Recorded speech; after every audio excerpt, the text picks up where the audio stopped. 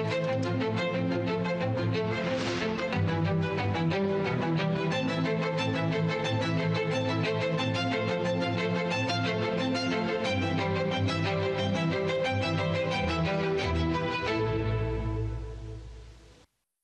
ప్రియమైన దేశ ప్రజలారా నమస్కారం.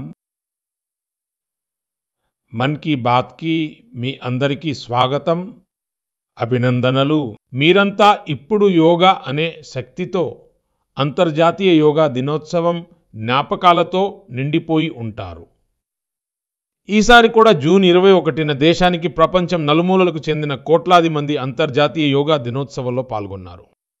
గుర్తుంది కదా, 10 సంవత్సరాల క్రితం ఇది ప్రారంభమైంది. ఇప్పుడు 10 సంవత్సరాలలో ఈ పరంపర ప్రతి సంవత్సరం గతంలో కంటే గొప్పగా తయారవుతోంది. యోగాను తమ దైనందిన జీవితంలో ఇంకా ఎక్కువ మంది స్వీకరిస్తున్నారనడానికి కూడా ఇది ఒక సంకేతం. మనం ఈసారి యోగా దినోత్సవానికి సంబంధించిన ఎన్నో ఆకర్షణీయమైన చిత్రాలను చూసాం. విశాఖపట్నం సముద్ర తీరంలో 3 లక్షల మంది ప్రజలు ఒకేసారి యోగా చేశారు. విశాఖపట్నం నుంచే మరో అద్భుతమైన దృశ్యం వెలుగులోకి వచ్చింది. 2000 మందికి పైగా గిరిజన విద్యార్థులు 108 నిమిషాల పాటు 108 సూర్య నమస్కారాలు చేశారు. ఆలోచించండి, ఎంత క్రమశిక్షణ, ఎంత అంకితభావం ఉండి ఉంటుందో. మన నౌకాదళంలో కూడా యోగా యొక్క గొప్ప సంగ్రహావలోకనం కనిపించింది. తెలంగాణలో 3000 మంది దివ్యాంగులు ఒకేసారి యోగా శిబిరంలో పాల్గొన్నారు. సాధికారతకు యోగా ఎలా మార్గమవుతుందో వాళ్ళు చూపించారు. ఢిల్లీ ప్రజలు యోగాను స్వచ్ఛ్ యమునా సంకల్పంతో అనుసంధానించి యమునా తీరంలో యోగా చేశారు. జమ్మూ కశ్మీర్లో ప్రపంచంలోనే అత్యంత ఎత్తైన రైల్వే బ్రిడ్జ్ అయిన చినాబ్ బ్రిడ్జ్ దగ్గర కూడా ప్రజలు యోగా చేశారు. ఐటిబిపి జవాన్లు హిమాలయాల మంచు శిఖరాల పైన కూడా యోగా చేశారు. అక్కడ ధైర్యము, సాధన రెండూ ఐటిబిపి జవాన్లు. గుజరాత్ ప్రజలు కూడా ఒక కొత్త చరిత్ర సృష్టించారు. వడ్నగర్లో 2121 మంది ఒకేసారి భుజంగాసనం చేసి కొత్త రికార్డు సృష్టించారు. న్యూయార్క్, లండన్, టోక్యో, ప్యారిస్, ప్రపంచంలోని ప్రతి పెద్ద నగరం నుంచి యోగా ఫోటోలు వచ్చాయి. ఒక్కొక్క ఫోటోలో ఒక్కొక్క ప్రత్యేక విశేషం ఉంది: శాంతి, స్థిరత్వం, సమతుల్యత. ఈసారి థీమ్ కూడా చాలా ప్రత్యేకమైనది. Yoga for one earth, one health. అంటే ఒకటే భూమి, ఒకటే ఆరోగ్యం. ఇది కేవలం ఒక నినాదం కాదు. ఇది మనకు వసుధైవ కుటుంబకం అనే భావనను కలిగించే ఒక దిశానిర్దేశం. ఈసారి యోగా దినోత్సవం యొక్క గొప్పతనం ఎక్కువ మంది ప్రజలు యోగాను స్వీకరించేలా తప్పకుండా ప్రేరేపిస్తుందని నాకు నమ్మకం ఉంది. నా ప్రియమైన దేశ ప్రజలారా, ఎవరైనా తీర్థయాత్రకు బయలుదేరినప్పుడు మొట్టమొదటగా ఒకటే భావన మనసులో మెదులుతుంది: పదండి, భగవంతుడి పిలుపు వచ్చింది. ఈ భావనే మన ధార్మిక యాత్రలకు మూలం. ఈ యాత్రలు శారీరక క్రమశిక్షణకు, మనోశుద్ధికి, పరస్పర ప్రేమకు, సోదరభావానికి, భగవంతునితో అనుసంధానం కావడానికి ఒక మాధ్యమం. అంతేకాదు, ఈ యాత్రలకు మరో పెద్ద కోణం కూడా ఉంది.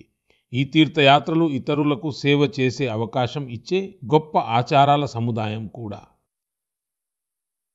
ఏ యాత్ర జరిగినా యాత్రికుల కంటే ఎక్కువ మంది వాళ్లకు సేవ చేయడంలో పాల్గొంటూ ఉంటారు. అనేక చోట్ల భండారాలు, భోజనాలు ఏర్పాటు చేస్తారు. రోడ్ల పక్కన చలివేంద్రాలు ఏర్పాటు చేస్తారు. సేవాభావంతోనే మెడికల్ క్యాంపులు, సౌకర్యాలు ఏర్పాటు చేస్తారు. ఎంతో మంది తమ సొంత ఖర్చులతో తీర్థయాత్రికుల కోసం ధర్మశాలలు, వసతి ఏర్పాట్లు చేస్తారు. మిత్రులారా, చాలా కాలం తర్వాత కైలాస్ మానసరోవర్ యాత్ర మళ్ళీ ప్రారంభమైంది. మానసరోవర్ అంటే శివుడి నివాసం. హిందూ, బౌద్ధ, జైన ప్రతి సంప్రదాయంలోనూ కైలాస్ శిఖరాన్ని శ్రద్ధాభక్తులకు కేంద్రంగా భావిస్తారు. మిత్రులారా, జూలై 3 నుంచి పవిత్ర అమర్నాథ్ యాత్ర ప్రారంభం కాబోతోంది. శ్రావణ మాసం కూడా ఇంకొన్ని రోజుల్లోనే ఉంది. కొన్ని రోజుల క్రితమే మనం జగన్నాథ స్వామి రథయాత్రను కూడా చూసాం. ఒడిశా అయినా, గుజరాత్ అయినా లేదా దేశంలోని మరే మూల అయినా లక్షలాది మంది భక్తులు ఈ యాత్రలో పాల్గొంటారు. ఉత్తరం నుంచి దక్షిణం వరకు, తూర్పు నుంచి పడమర వరకు ఈ యాత్రలు ఏక్ భారత్ శ్రేష్ఠ భారత్ అనే భావనకు ప్రతిబింబం. మనం శ్రద్ధాభావంతో, పూర్తి అంకితభావంతో, పూర్తి క్రమశిక్షణతో మన ధార్మిక యాత్రను పూర్తి చేసినప్పుడు దాని ఫలితం కూడా లభిస్తుంది. యాత్రలకు వెళ్తున్న అదృష్టవంతులైన భక్తులందరికీ నా శుభాకాంక్షలు తెలియజేస్తున్నాను. ఈ యాత్రలను విజయవంతంగా మరియు సురక్షితంగా నిర్వహించేందుకు కృషి చేస్తున్న వారిని కూడా నేను అభినందిస్తున్నాను. నా ప్రియమైన దేశ ప్రజలారా, దేశం సాధించిన 2 విజయాల గురించి ఇప్పుడు నేను చెప్పాలనుకుంటున్నాను. ఇవి మిమ్మల్ని గర్వంతో ఉప్పొంగిపోయేలా చేస్తాయి. ఈ విజయాల గురించి ప్రపంచ సంస్థలు చర్చించుకుంటున్నాయి. WHO అంటే ప్రపంచ ఆరోగ్య సంస్థ, ILO అంటే ఇంటర్నేషనల్ లేబర్ ఆర్గనైజేషన్ దేశం సాధించిన ఈ విజయాలను ఎంతగానో ప్రశంసించాయి. మీలో చాలా మంది కంటికి సంబంధించిన ట్రాకోమా అనే ఒక వ్యాధి గురించి విని ఉంటారు. ఈ వ్యాధి బ్యాక్టీరియా ద్వారా వ్యాపిస్తుంది. ఒకప్పుడు ఈ వ్యాధి దేశంలోని చాలా ప్రాంతాల్లో ఎక్కువగా ఉండేది. చికిత్స చేయకపోతే ఈ వ్యాధి వల్ల నెమ్మదిగా కంటి చూపు కూడా పోవచ్చు. ట్రాకోమాను పూర్తిగా నిర్మూలించాలని మనం సంకల్పం తీసుకున్నాం. ప్రపంచ ఆరోగ్య సంస్థ అంటే WHO భారత్ను ట్రాకోమా ఫ్రీ అని ప్రకటించింది అని చెప్పడానికి నాకు చాలా సంతోషంగా ఉంది. ఇప్పుడు భారత్ ట్రాకోమా రహిత దేశంగా మారింది.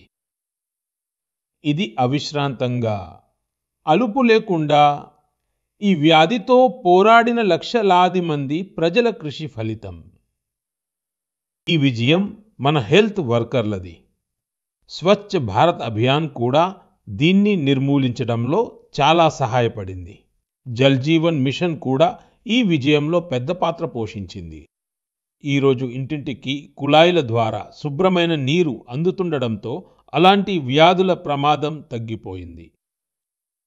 కోబి ప్రపంచ ఆరోగ్య సంస్థ WHO కూడా భారతదేశం వ్యాధిని ఎదుర్కోవడంతో పాటు దాని మూల కారణాలను కూడా నిర్మూలించిందని ప్రశంసించింది. హెమిత్రులారా, ఈరోజు భారతదేశంలో ఎక్కువ మంది ప్రజలు ఏదో ఒక సోషల్ ప్రొటెక్షన్ బెనిఫిట్ పొందుతున్నారు.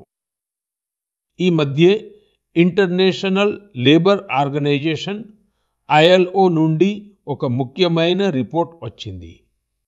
ఈ రిపోర్ట్లో భారతదేశ జనాభాలో 64% కంటే ఎక్కువ మందికి ఇప్పుడు ఏదో ఒక సోషల్ ప్రొటెక్షన్ బెనిఫిట్ తప్పకుండా లభిస్తోందని చెప్పబడింది. సామాజిక భద్రత ఇది ప్రపంచంలోనే అతిపెద్ద కవరేజీలలో ఒకటి. ఈ రోజున దేశంలో దాదాపు 95 కోట్ల మంది ఏదో ఒక సోషల్ సెక్యూరిటీ పథకం ప్రయోజనం పొందుతుండగా 2015 వరకు 25 కోట్ల మంది కంటే తక్కువ మందికి మాత్రమే ప్రభుత్వ పథకాలు అందేవి. మిత్రులారా, భారతదేశంలో ఆరోగ్యం నుంచి సామాజిక భద్రత వరకు ప్రతి రంగంలోనూ దేశం సాచురేషన్ భావనతో ముందుకు సాగుతోంది. ఇది సామాజిక న్యాయం యొక్క అద్భుతమైన చిత్రణ కూడా. ఈ విజయాలు రాబోయే కాలం ఇంకా బాగుంటుందని, భారతదేశం ప్రతి అడుగులోనూ మరింత శక్తివంతంగా మారుతుందనే ఒక నమ్మకాన్ని కలిగించాయి. నా ప్రియమైన దేశ ప్రజలారా, ప్రజా భాగస్వామ్య శక్తితో పెద్ద పెద్ద సంక్షోభాలను ఎదుర్కోవచ్చు. నేను మీకు ఒక ఆడియో వినిపిస్తాను. ఈ ఆడియోలో ఆ సంక్షోభం యొక్క భయంకరమైన పరిస్థితి మీకు అర్థమవుతుంది. ఆ సంక్షోభం ఎంత పెద్దదో ముందు అది విని అర్థం చేసుకోండి. आखिर ये जो जुल्म हुआ 2 साल तक, जुल्म तो 5-7 साल से शुरू हो गया था, मगर वो शिखर पर पहुंच गया है 2 साल में, जब इमरजेंसी लोगों पर ठोक दी और अमानुषी बर्ताव लोगों के साथ किया गया। लोगों के स्वतंत्रता के हक छीन लिए गए, अखबारों को कोई स्वतंत्रता न रही, न्यायालय बिल्कुल निर्बल बना दिए गए और जिस ढंग से 1 लाख से ज्यादा लोगों को जेल में बंद कर दिए और फिर अपने मनमानी राज की ओर से होती रही, उसकी मिसाल दुनिया के इतिहास में भी मिलना मुश्किल है।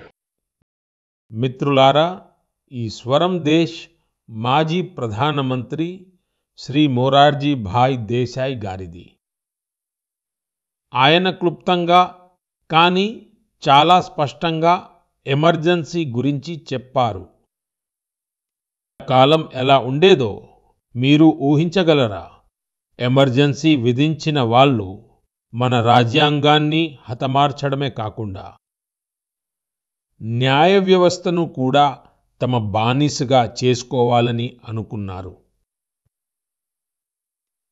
ఈ సమయంలో ప్రజలను పెద్ద ఎత్తున హింసించారు. దీనికి ఎన్నో ఉదాహరణలు ఉన్నాయి.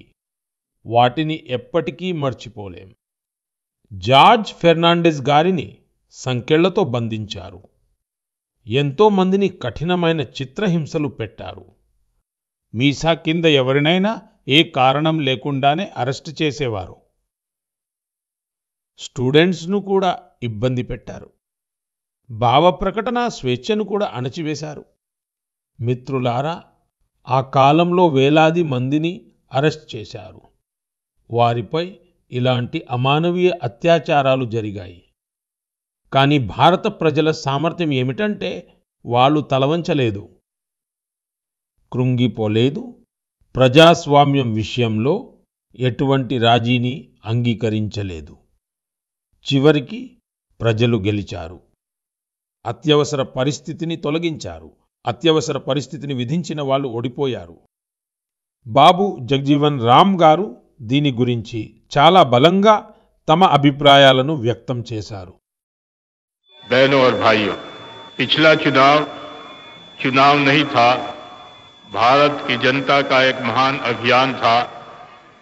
उस समय के परिस्थितियों को बदल देने का, तानाशाही के धारा को मोड़ देने का और भारत में प्रजातंत्र की बुनियाद को मजबूत कर देने का.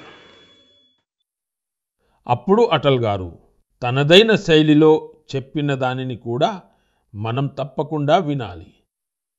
बहनों और भाइयों, देश में जो कुछ हुआ उसे केवल चुनाव नहीं कह सकते. एक शांतिपूर्ण क्रांति हुई है. लोक शक्ति की लहर ने लोकतंत्र की हत्या करने वालों को इतिहास के कूड़ेदान में फेंक दिया है. మిత్రులారా, కొన్ని రోజుల క్రితమే దేశంపై ఎమర్జెన్సీ విధించి 50 సంవత్సరాలు పూర్తయ్యాయి. మనం దేశ్ ప్రజలం సంవిధాన్ హత్య దివస్ని జరుపుకున్నాం. ఎమర్జెన్సీని ధైర్యంగా ఎదుర్కొన్న వారందరినీ మనం ఎప్పుడూ గుర్తుంచుకోవాలి. ఇది మన రాజ్యాంగాన్ని శక్తివంతంగా ఉంచడానికి, నిరంతరం అప్రమత్తంగా ఉండటానికి మనకు స్ఫూర్తినిస్తుంది. నా ప్రియమైన దేశ ప్రజలారా, మీరు ఒక చిత్రాన్ని ఊహించుకోండి. ఉదయపు సూర్యకిరణాలు కొండలను తాకుతున్నాయి. నెమ్మదిగా వెలుగు మైదానాల వైపు సాగుతోంది.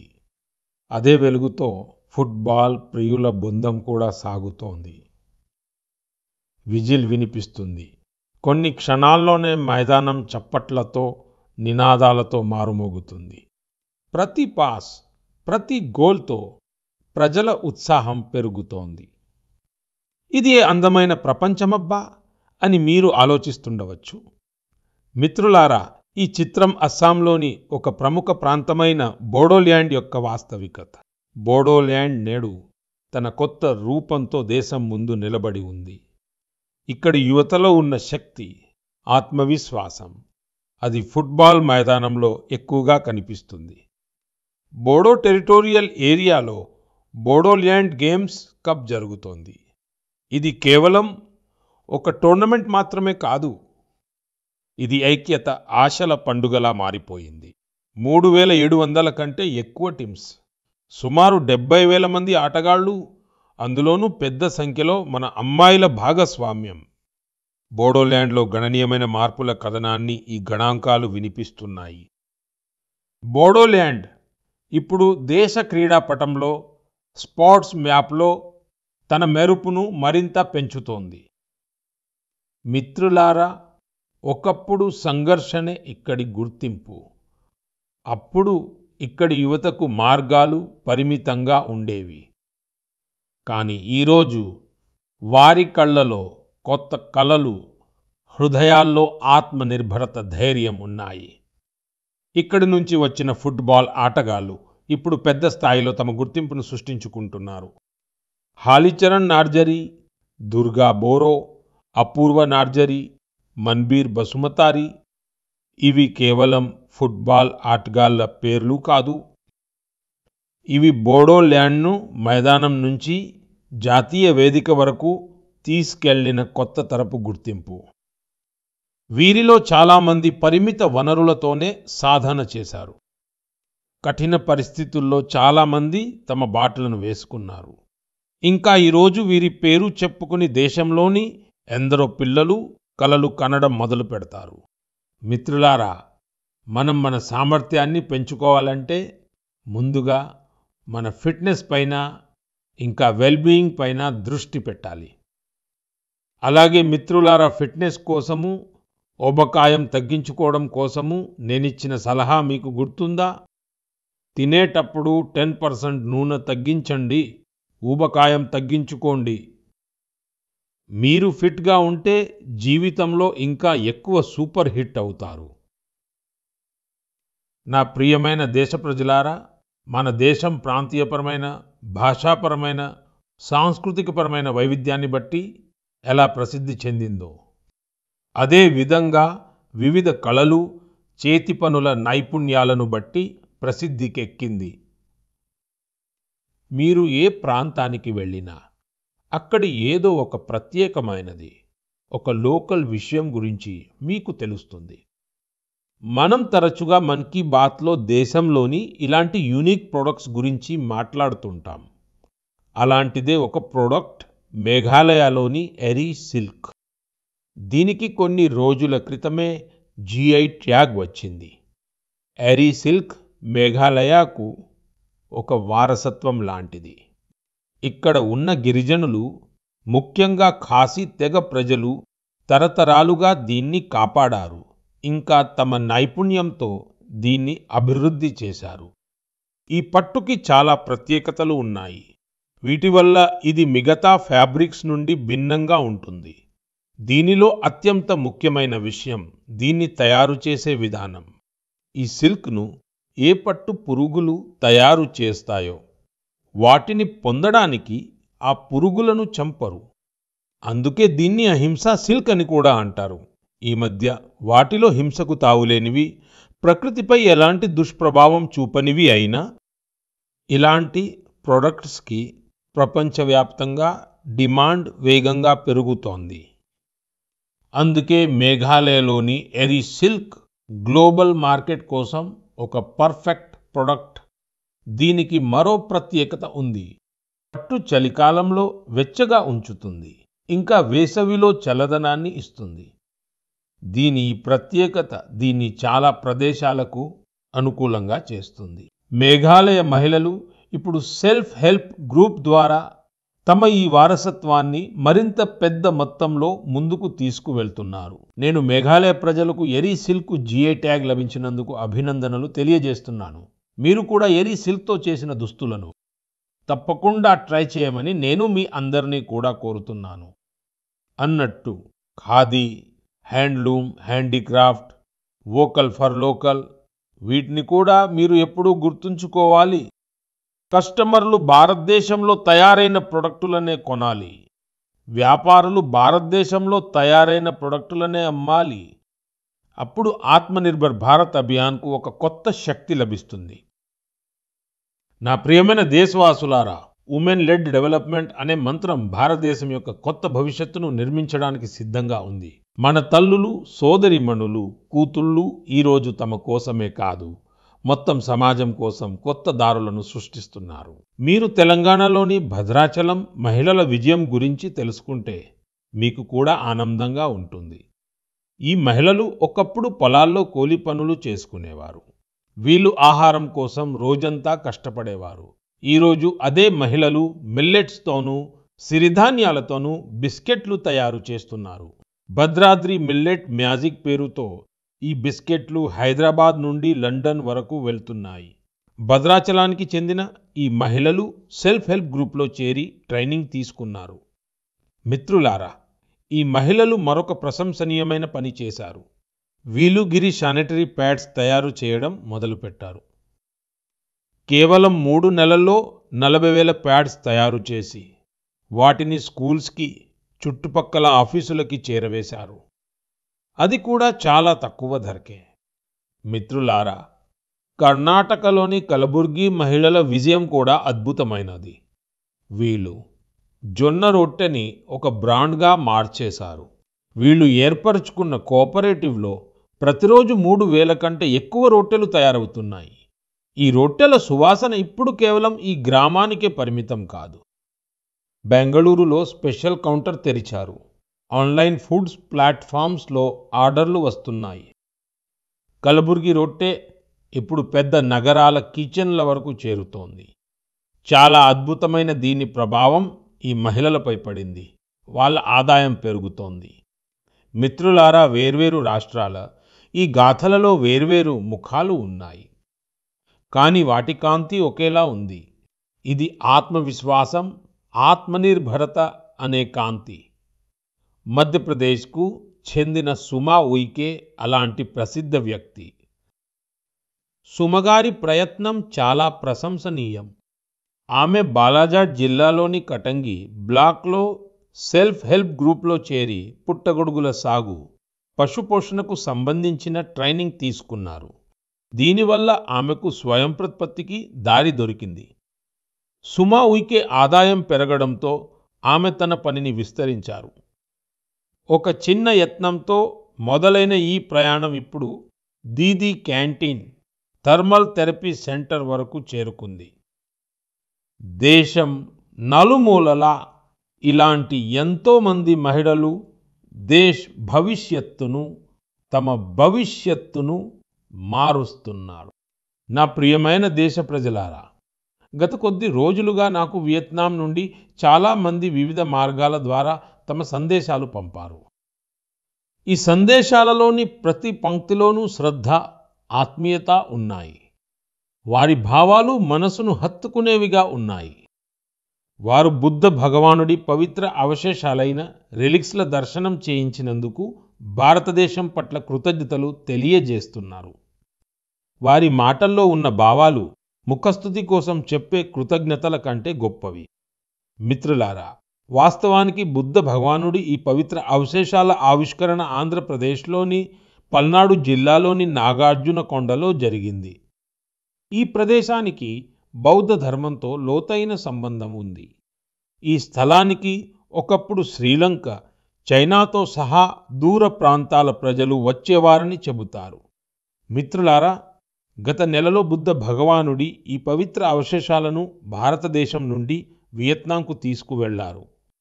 అక్కడ 9 వేర్వేరు ప్రదేశాలలో వీటిని ప్రజల దర్శనం కోసం ఉంచారు. భారతదేశం చేసిన ఈ పని ఒక విధంగా వియత్నాంకు జాతీయ ఉత్సవంగా మారింది. దాదాపు 10 కోట్ల జనాభా ఉన్న వియత్నాంలో 1.5 మందికి పైగా ప్రజలు బుద్ధ భగవానుడి పవిత్ర అవశేషాలను దర్శించుకున్నారంటే మీరే ఊహించుకోండి. సోషల్ మీడియాలో ఆ ఫోటోలు, వీడియోలు నేను చూసినప్పుడు భక్తికి ఎల్లలు లేవని అనిపించింది.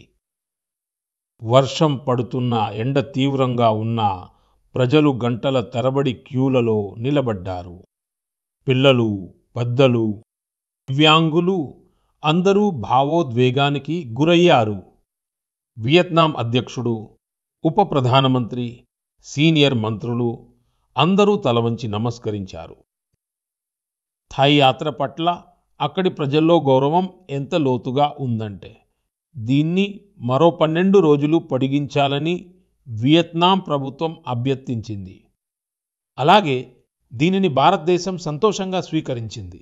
మిత్రులారా, బుద్ధ భగవానుడి ఆలోచనల్లో పలు దేశాలను, సంస్కృతులను, ప్రజలను ఒకే సూత్రంలో బంధించేటువంటి శక్తి ఉంది.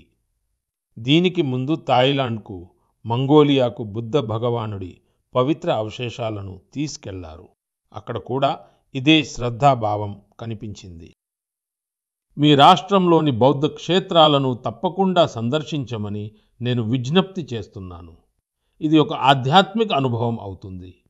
అదేవిధంగా మన సాంస్కృతిక వారసత్వంతో అనుసంధానం కావడానికి ఒక అందమైన అవకాశం కూడా అవుతుంది.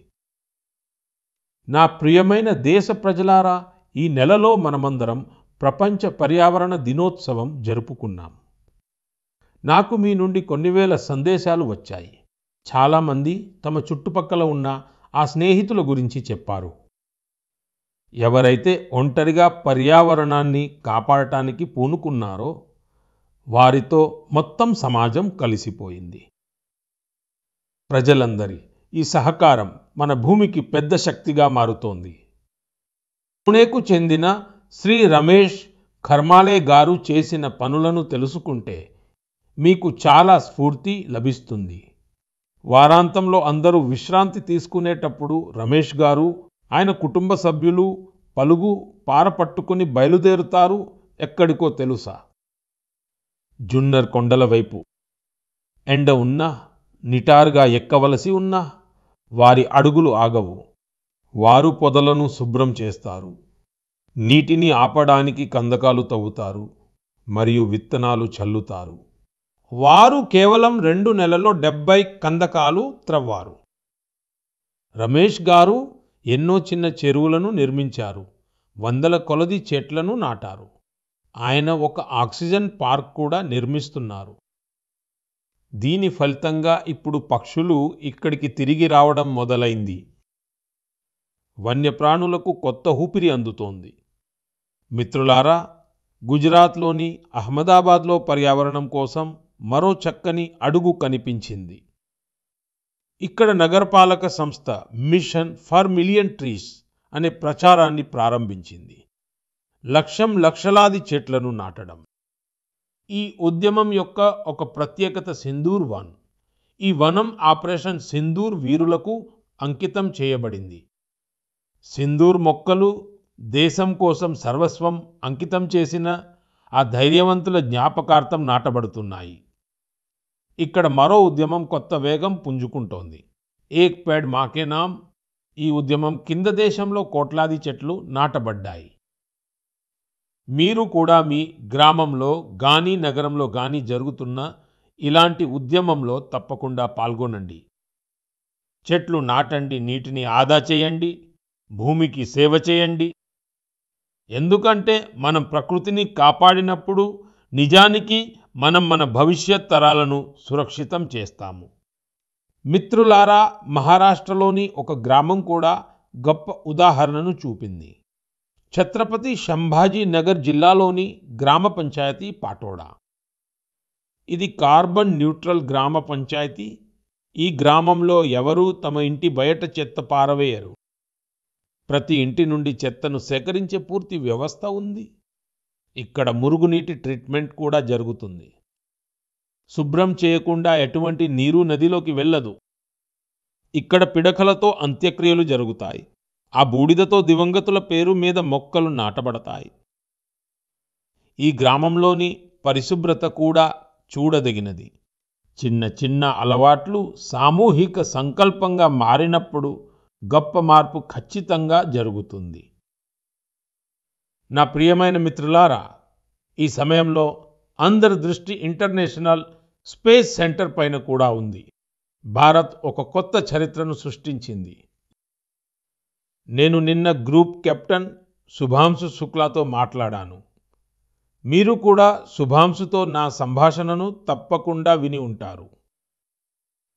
ఇప్పుడు శుభాంశు ఇంకా కొన్ని రోజులు ఇంటర్నేషనల్ స్పేస్ సెంటర్లో ఉండాలి.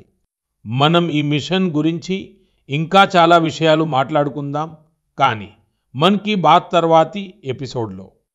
ఇప్పుడు ఎపిసోడ్లో మీ నుండి వీడ్కోలు తీసుకునే సమయమైంది. కానీ మిత్రులారా, వెళ్తూ వెళ్తూ నేను మీకు ఒక ముఖ్యమైన రోజును గుర్తు చేయాలనుకుంటున్నాను. జూలై 1 ఎల్లుండి, అంటే జూలై 1వ తేదీన మనం అత్యంత ముఖ్యమైన 2 ప్రొఫెషన్స్ని గౌరవిస్తాం: డాక్టర్స్ మరియు సీఏలు. వీరిరువురు సమాజానికి అలాంటి స్తంభాలు, మన జీవితాన్ని మెరుగుపరుస్తారు. డాక్టర్లు మన ఆరోగ్యానికి రక్షకులు మరియు సీఏలు ఆర్థిక జీవితానికి మార్గదర్శకులు. డాక్టర్లు, చార్టర్డ్ అకౌంటెంట్లకందరికీ నా శుభాకాంక్షలు. మిత్రులారా, మీ సూచనల కోసం నేను ఎప్పుడూ ఎదురు చూస్తూ ఉంటాను. రాబోయే మన్ కీ బాత్ ఎపిసోడ్ మీ ఈ సూచనలతో మరింత సమృద్ధిగా ఉంటుంది. మళ్ళీ కలుద్దాం, కొత్త విషయాలతో, కొత్త ప్రేరణలతో, దేశ ప్రజల కొత్త విజయాలతో. చాలా చాలా ధన్యవాదాలు. నమస్కారం.